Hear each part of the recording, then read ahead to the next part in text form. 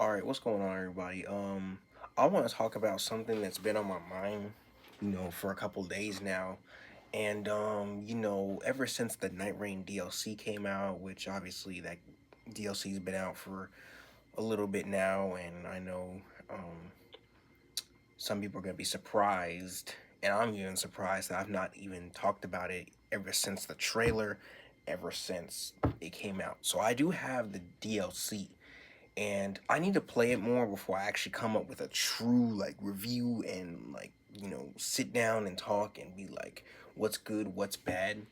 But I want to talk about something that I've immediately noticed when it comes to, you know, I see like the direction where FromSoft is going to be pushing these bosses, and I see where, or not bosses, but just the bosses, and where Souls like games are going to be going that way, ARPGs are going to be going that direction when it comes to 3D combat in general. Like they're going to be going this direction. And it's just on my mind because it's like everybody seems excited about this, but me, that's not like really what I value. Let me know if I'm tripping or not, but I'm just going to get this out the way. I don't play these games, you know. I've beaten like five FromSoft games. Five. One, three, four. One, two, three, four. One, two, three. Yeah, five. Elden Ring, Night Rain, Bloodborne, Dark Souls 3, and Sekiro, right? I've seen my fair share of like these new school bosses. Like, I'm not gonna talk about like DS1 and 2, right? I've seen my fair share of bosses like, in the newer types of FromSoft games. And I've not come to the conclusion. This is just like a something I'm starting to a feeling in my heart that I'm starting to get is that I don't know if this is fatigue or not, but what I'm trying to say is like I don't play these games because I think that they're pure cinema, or I don't play these games because I think that they're peak, or I don't play these games because I think that um I don't play these games because I think that I feel cooler playing. Like, I should pull the baddest bitches because I beaten Elden Ring over 100 times and have 1,266 hours in the game. I'm not like that. I don't play it because of that. Same thing with Sekiro. Beat Sekiro, beat Bloodborne, DS3. Really fun stuff. But that's the key word, fun. I play and like a game. I hope the sunlight is not reflecting in. I think it's fine. I don't play these games because they're peak or pure cinema or look cool. I play them because they're fun. That's it. What that means is for you guys and for me to, you know, break down, but I play them because they're fun. Coming from, back when I was a kid, I loved the Mario games. Honestly, more so, not saying that they're bad, but more so, I like the 2D ones. That's where I started. Literally, that's where I started. When it comes to games like this, I've started playing the 2D Mario games. Very slept on, very underrated, in my opinion. If you like Mario Odyssey, if you like games where like you slowly progress and explore new places, you know, and platforming, then I think the 2D Mario games are going to be a small little casual thing. Nobody really buys them that much, so I don't think they're going to be that expensive. The newest one being Mario Wonder, and people really like that game. You know what I'm saying? But I started off with Mario on the DS and Mario 3D, not 3D World. I started off with um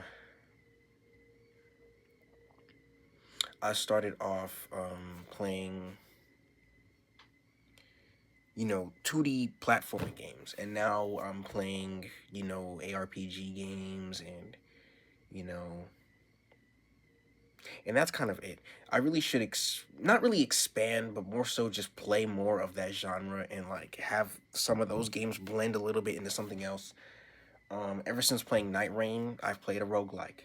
You know, like an actual like roguelike where you go in, you adapt and work with what you have, which a lot of people don't really understand that when it comes to this game. But that's a rant for another day. You know, people saying that this is a Souls game, Night Rain is a Souls game. I disagree.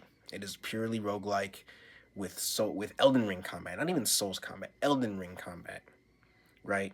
And they're like, you know, the best builds for this and that. It's like, if you want me to pick up a certain weapon and a certain staff or seal, it's like that's RNG finding that.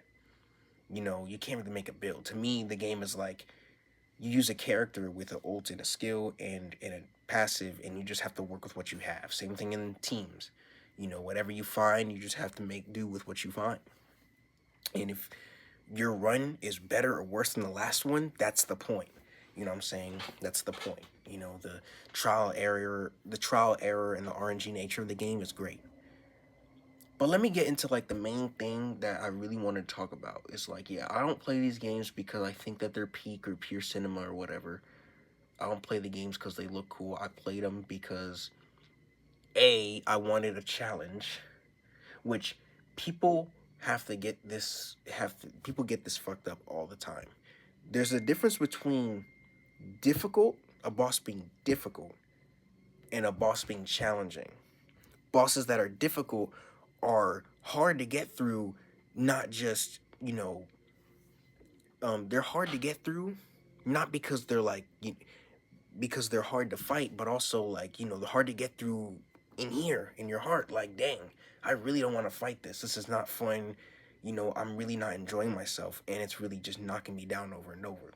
Bosses, best example, the living failures from Bloodborne. I really don't like that thing. I really don't like the Shadows of Yharnam. Fuck the Shadows of Yharnam. I'd say that to my dying grave. I don't like gank fights that much, cause what the fuck is so fair about focusing on one motherfucker and then having some bitch, you know, shove a fucking elongated snake crowbar up my ass and pull me towards him and then do my whole health bar without me even thinking. When my brain, when I'm focused on one thing, if that one thing starts falling apart, my whole mind falls apart. You know, I really should change that in the future, especially since I work at the airport and shit. But anyway, you know, I don't like gang fights, but those bosses are like difficult, right? No, Shadows of Yharnam is not that bad. I just don't like it. I don't hate it. But another stuttering. I'm tired. Another boss that's difficult but not challenging is Rom, right after Shadows of Yharnam. And yeah, that boss. I mean, depending on who you ask, if you're asking me, like, what's my experience? You know, playing this game, beating that boss like 4 times. You know, what's your conclusion? What's your thoughts? I think the boss is difficult and not challenging. Why is it difficult? Because the concept is easy at first. You just kill the babies and then kill the big guy. Or you can kill the big guy and then have the babies that could potentially one-shot you. Some of them do poop damage. Some of them literally do your whole health bar. Because I think when they jump and hit you, like their hitboxes hit you like 3 times or something. Like it's completely fucked. Right? That's a difficult boss where it's not fun and it's hard for being hard. But then you have bosses on the Bloodborne topic. Then you have bosses like Ludwig. Then you have bosses like Lawrence. Then you have every DLC boss really, except for Living Failures. You have Gehrman. You have Father G, the Cleric Beast. Those are bosses that are challenging, where they're supposed to be difficult because that's what makes them fun. Type shit. I do not know. That's not really a good explanation, but that's kind of how it feels. Where it's like, you know, this is hard as fuck, but I want to keep trying because it's just so fun. Elden Ring, right? Bosses like Fire Giant are difficult to get through because, you know, obviously he could fuck you up if you're not careful, and, you know, he's just not fun to fight. That's not a hot take. But then bosses like Malekith, bosses like the final boss, well, Radagon kind of, Malenia, PCR. Um, keep in mind PCR. I'm gonna make a good point with PCR in a little bit. Promise Contour Radon. Bosses like Midra's not that hard. I guess he kind of is because he hits pretty hard. Midra. Um, what's another one? Morgott. What else? A challenging boss in the game. Rolana, Mesmer, right? Those bosses are challenging. Like they're hard, but they make a hard, cool-looking boss in mind, and they execute that, and they want it to be fun above all. Those are the bosses I love. And ever since Promise Contour Radon, I'm not surprised that in Night Rain they kind of threw the cool-looking bar too high in the air and kept the fun where it's at, right? Some of them are not. Some of them are just flat out not that fun. Like Sentient Pest, like Gank Fight, and it's a mess. It's a mess. And Maris, um, Maris, what's it called? Augur, boss in Night Rain. You're just chasing it around and around, and it's just difficult to get through, or easy to get through. I don't know. I only fought it once, and I don't want to fight it again. I fought every other boss like more times than I fought Maris. But bosses like Fulgore is a great example. I love Fulgore as a fight, but holy shit. The first phase is not horrible. And the whole meta of you have to do a charge heavy attack to knock him out of his absolutely ridiculous spear attack is kind of fucked. Listen, he does that spear attack, he knocks it into the ground and a bunch of spears start coming up. If you do a charge heavy attack, you can knock him out of it and he'll just do a lesser version. But if he does the full version, and this is the main topic of the video, I don't really love when a boss is doing too much. And what I mean, he does that spear attack. Literally, you see the gameplay. Just lights and explosions and just craziness and going everywhere. It's does it look cool? Yeah. Is it kind of confusing? Yeah. Is it a bit much? Yes. But that was the pinnacle. That and the final boss, which the final boss is actually not that horrible. Just a couple AoEs, a couple same old swipes, and it's good to go. But then you have the DLC. The Balancer's boss, red flag when I saw it. Gank fight. Ew. Blech. That's disgusting. A gank fight. Ew. Nasty. It's 5 women, 5 Balancers. And they're weak to sleep. The fuck? What do you mean they're weak to sleep? What do you mean they're weak to melatonin? What do you mean they're weak to fucking NyQuil and Benadryl? What do you mean they're weak to that? Is what it says. They're just more weak to sleep. And it doesn't debuff them. It doesn't keep them asleep. Okay, just like Libra. The reason why Libra is pretty hard for a lot of people is because its weakness is a very niche status effect. Sleep? Really? Sleep. Sleep. Really? It could have been fire. It could have been holy damage. It could have been... what's something? Frost. I don't think any boss is weak to frost. Yeah. I don't think Caligo's weak to fire. Fulgore's weak to electric. Isn't weak to lightning damage. Yeah. No boss, I don't think, is weak to frost. Correct me if I'm wrong. They could have made them weak to frost, or make Dreglord weak to frost. And now Dreglord is the meat of the video. The phase 2 of Balancers, bruh, it's just, it's disgusting. It's not bad. It's not a bad boss because, I'm all for a boss being hard, but I'm not for a boss, forcing itself to be hard. That's kind of how it feels. I don't know. I don't really know what point I'm really trying to make. It's just I don't know if I don't like these bosses or I like them, or I just don't like the style of bosses and or I'm having Souls game fatigue. I don't know. But just all these explosions and effects and just bullshittery and just you know, I don't love that. Um, I do not really plan on fighting it again anytime soon. That's kind of that video I made where I was like, oh, I beat Night Rain and I feel kind of underwhelmed. You know, these bosses weren't that good.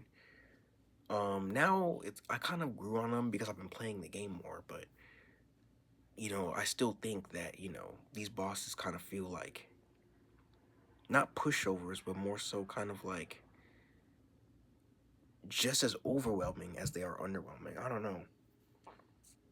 But then we get to Dreadlord, which is like the final boss of the DLC. Now I know. From Software DLC, of course, the final boss is going to be insane. I actually think that boss, if I beat it, I might come up to the conclusion that it's harder than PCR.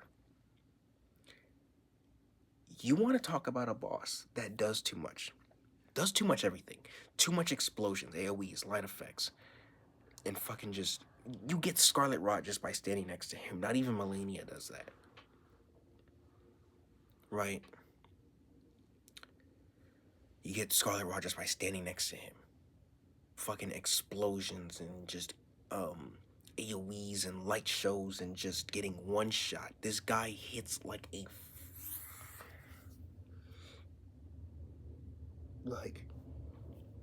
he hits like an Airbus A380, a fucking 2-floor plane, right? And he's doing all this shit. His moveset isn't horrible during the first phase, but the second phase is just insanity. The music is very cool though. It's just utter insanity, the second phase of that boss. I might record myself doing it. I might record myself trying it, because I haven't beat it yet. I used Raider, power stancing, didn't even get close. It might be because I was using Raider. Maybe I should use a character where like I prioritize not getting hit, because that's the only way you die in these games, not getting hit. But this dude, like, yes, it looks awesome, but it's not that fun to fight. It's like, because I played God of War, and like, you know, in those games, it's like, that's why I think it's like my favorite type of combat. You're just all up in an enemy's face, popping it, just going crazy in an enemy's face. If they throw an attack, you dodge. If they're about to explode, you run away. And it's simple like that. Sekiro has that. The base game has that for the most part. And yeah, bosses being different has, like, it's bound for being, it's bound to be, you know, some bias here and there. But it's just utterly insane. Insanity. Just explode. He's moving around like Slave Knight Gale. Not really. He's like triple his size. He does quadruple the damage of Slave Knight Gale, while doing way more than Slave Knight Gale, you know, in terms of just attacks.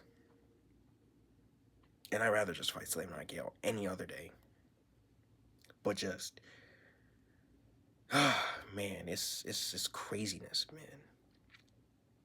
It's just absolute craziness. That boss is. And I don't love it that much. Like, I'm all for a boss being hard, but I'm not for a boss being difficult. I want a boss to be challenging. I want it to be worth my time putting into it. I'm not gonna quit. I'm still gonna keep doing Dreadlord until I beat him. You know what I'm saying? Because he's not impossible. I got him down to halfway in phase 2. I got him down pretty close this one time, so it's not impossible. Which I think is better than everything I just said. As long as the boss is not impossible, then what I'm ranting about is just a skill issue. It's just a skill issue, and you know, I should just get good, as they say. Whatever. All right, I'll keep trying. I'll keep getting good. You know what I'm saying? Before I go, there's one thing. Actually, I'll talk about that in a different video. All right, I'll catch you guys later, man. So let me know if I'm tripping in the comments, man. But it's kind of weird. This DLC has me kind of indifferent. Not just the bosses, but the other thing I was going to say. I'll say it in another video. All right, catch you guys later.